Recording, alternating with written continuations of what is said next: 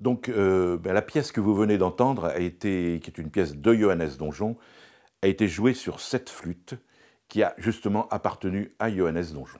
Cette flûte est une flûte de la marque Louis Lotte. Louis Lotte que beaucoup considéraient déjà en son temps comme le plus grand facteur de flûte sur le plan international et que beaucoup aujourd'hui appellent le Stradivarius de la flûte. Cette flûte, donc fabriquée en 1881, est une flûte en argent du système Böhm, c'est-à-dire le système qui était en place dans une première version dès 1832, mais qui a trouvé sa forme définitive un peu avant 1850.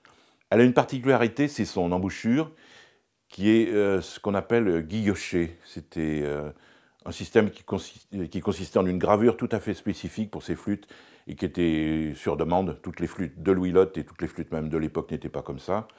C'était une gravure qui était faite à plat sur une plaque d'argent qu'on courbait ensuite.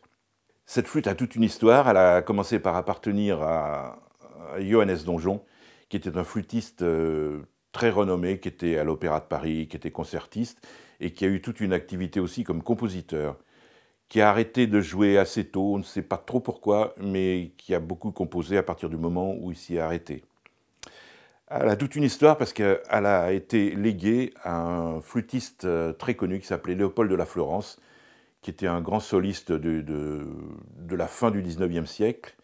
Ce personnage fantasque qui était Léopold de la Florence, donc qui fut professeur au Conservatoire de Paris pendant la guerre de 14 et qui était à l'opéra, qui est un flûtiste très connu, a eu un élève privé qui préparait le conservatoire avec lui et qui était tombé amoureux de cette flûte. Et il était hors question qu'il suppliait de la lui céder.